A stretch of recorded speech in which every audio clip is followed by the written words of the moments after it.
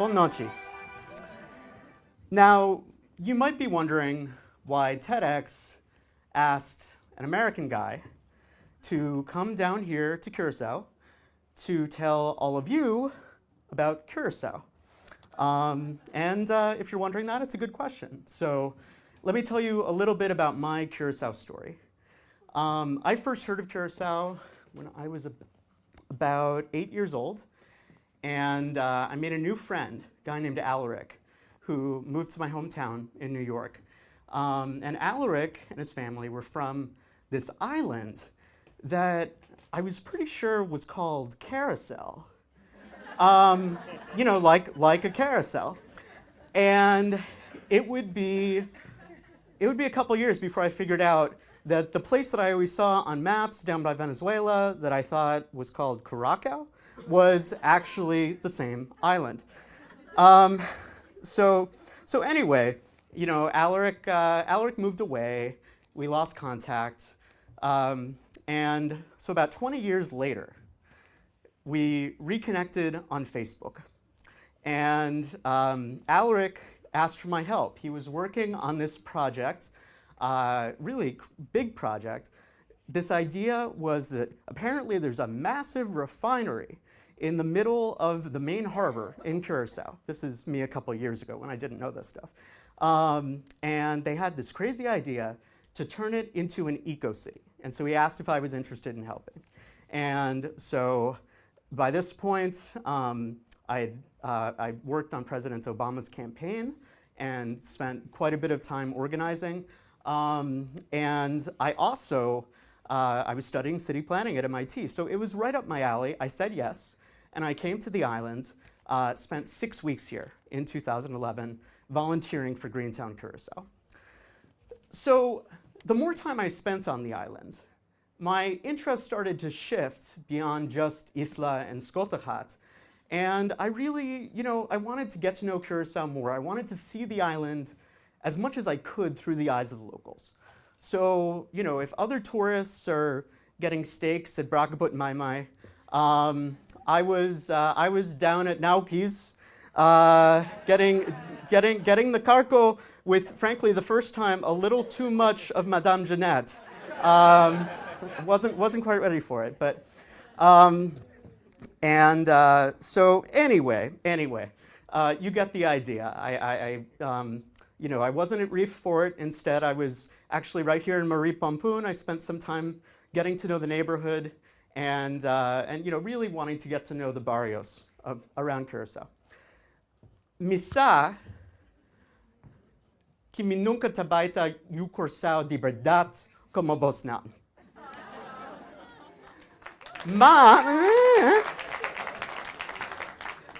Mamitin boso isla hopidushi sempre den mi coração. And one more thing.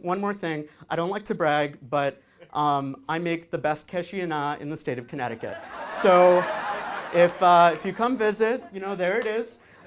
Just let me know. So, okay, that's enough about me. When I first came to Curaçao, it was about 7 months after 10-10-10. So Pais Kòrsou was still brand new, and it was really, Curaçao was figuring out what being its own country really meant. Now, as a city planner, I'm trained in how to really look at cities and metropolitan areas and think critically about them, ask questions. And Greater Willemstad really fascinated me. Actually, especially the 20th century areas beyond the historic core. The way that the city developed first around the refinery with, you know, barrio after barrio right next to each other, often very disconnected. And then the way it sprawled way out into Bandariba with the suburbs, swallowing up little villages out there. Now, you know, the end result is that Willemstad is now one of the largest urban areas anywhere in the Lesser Antilles, has well over 100,000 people. And it's basically a very disjointed city that is shaped kind of like a lopsided donut. And so anyway, speaking of cities, I have a question. Who in this room has been to a city called Amsterdam? Raise your hands. Okay, this, from what I can see, looks like quite a bit of the crowd. Now, I went to Amsterdam, and when I went, I noticed a lot of very charming old Dutch buildings. I noticed parks and bikes and trams and a bunch of canals kind of winding through it. It was very nice. And then when I came to Willemstad, once again, I saw a bunch of very charming old Dutch buildings and some lovely waterfront. But I didn't see the parks or the bikes or the trams. I saw cars and cars and cars. And which brings me to my second question for the audience. Getting to Scarlo tonight, how many people came in a car? Let me ask, how many people didn't come in a car? Oh, we got a couple, great. My sense is that if we were at TEDx Amsterdam, and even if it was a really rainy, cold, nasty night, the difference would be very different in the responses. So my point in all of this is that Willemstad doesn't really function the way a 21st century should a lot of the time. And it's not just about transportation. Right down the street here in Scarlo, we have the Biblioteca Nacional, and, which is a beautiful library, but it's also the only public library building in the entire country. And so this struck me as odd. I did a little bit of research, picked a Dutch city at random to see how many libraries it had. And so it turns out that Breda has 9 public libraries, 1 big library and 8 branch libraries. And that's just for Breda. So if you're keeping track, Breda 9, Willemstad 1. So the big reason, I think, why Willemstad underperforms as a city, and it has to do with a uniquely weak system of government. Let's face it, you look at the Staten here, and there are 21 members plus a minister-president, so that's 22 elected officials in the entire country. And they're not tied to any specific geography. So, in my country, we have congressional districts. Here, in theory, all 21 members of the Staten could live on the same street in Jan Thiel, and there's nothing to stop that. And so, basically, what that means is that they have no interest in serving as a mayor and city council for Willemstad, because it's not all that glamorous to be responsible for fixing potholes in Wishy-Marchena when you could be going on a trade mission to Brazil instead. That is, except if it's a week before the election, at that suddenly they get very interested in fixing potholes in Wishy-Marchena. But otherwise, so being American, I thought that maybe this was a Dutch thing, and so I started to investigate local government in the Netherlands, and it turns out that Dutch cities actually have plenty of local government. So, they have burgemeesters, like our friendly mayor here. Many cities are subdivided into stadsdelen, or boroughs, like these in Haarlem, and also they have gemeenteraden, or city councils, like this one in Amersfoort. And I want to point out that Amersfoort is about the same size as Greater Willemstad. So why am I showing you all these pictures from Dutch city websites? It's to demonstrate the simple fact that they exist. Willemstad can't have a city government website because it doesn't have a city government. And, these Dutch cities are actually cities, gemeenten, ciudad-naam, with transparent and accessible city governments. So, the question I'm asking, and that I want you guys to go home asking, is why does Amersfoort get to have a room full of gemeenteraadsleden and not Willemstad? My sense here is that Willemstad really deserves to be the best city that it can be and a national capital for Curaçao. And in order to do that, it needs to become a real city.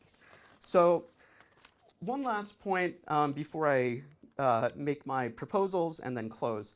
The Dutch created these local government systems to make the Netherlands one of the nicest countries in the world to live in. And the simple fact is that it was never a priority to make Curaçao a livable place for you Kòrsou. That's not what this place was about historically. For hundreds of years, Curaçao was about exploitation, and this is a simple fact. Exploitation of people, exploitation of land, exploitation of resources. And that doesn't go away overnight. You can still see this history of exploitation in almost every facet of Curaçaoan life. It's no accident that the 3 Dutch words that I know in Papiamentu are sir, madam, and thank you. Basically, it's going to take a lot. The Dutch did what they did here, for better and for worse. Now it's Curaçao's job as a new country to chart a new course. And one of the things that involves is a new public administration. So I have a couple ideas. I'm running low on time, so I'll try to go through them quickly. First, I feel that Curaçao should be divided into 3 gemeenten for the island. A city of Greater Willemstad, going from Suax to Santa Rosa, or roughly, and then 2 municipalities, one for Bandariba, one for Bandabao, on both sides. And that each of these would have its own mayor to serve as an executive for that part of Curaçao. And this is based on a former model from Barbados. So you see Curaçao there. Barbados had Bridgetown and then a northern and southern rural district. I have another Bajan example, which, let's see here, deals with how to do really local administration. So in Barbados, they have constituency councils now that they've set up, 30 of them across the island. And so this would be equivalent to Stadsdelen, basically. And they have local councils. I'm proposing that Curaçao would have 35 of these, 21 in Willemstad, 7 each in Bariba and Babao. And then lastly, in terms of changing the government, of course, we get to the big elephant in the room, the Staten. So my thought, a couple things, is that right now the Staten just has this one body. I think it should be 2 bodies. It should be what they call bicameral. And so a House of Assembly would have representatives from each of the 35 boroughs, and so they would be locally accountable. And then a Senate, on the other hand, would resemble the current Staten, so still be elected party list at large. And so that would still exist, but it would be in a much smaller form than it is now. And this is based, by the way, on the Pacific Island nation of Palau, has a system just like this.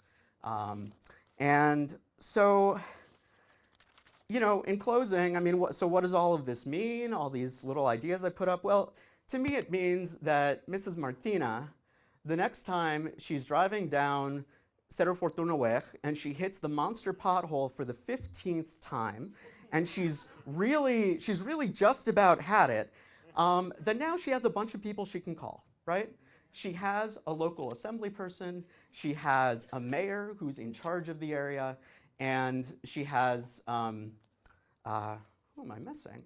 Oh, of course, she has her representative in the Staten. So lastly, I just want to say, if we move on, that Pais Kòrsou is a tiny country. It's a beautiful country. You need to care for this land and govern this land as best you can.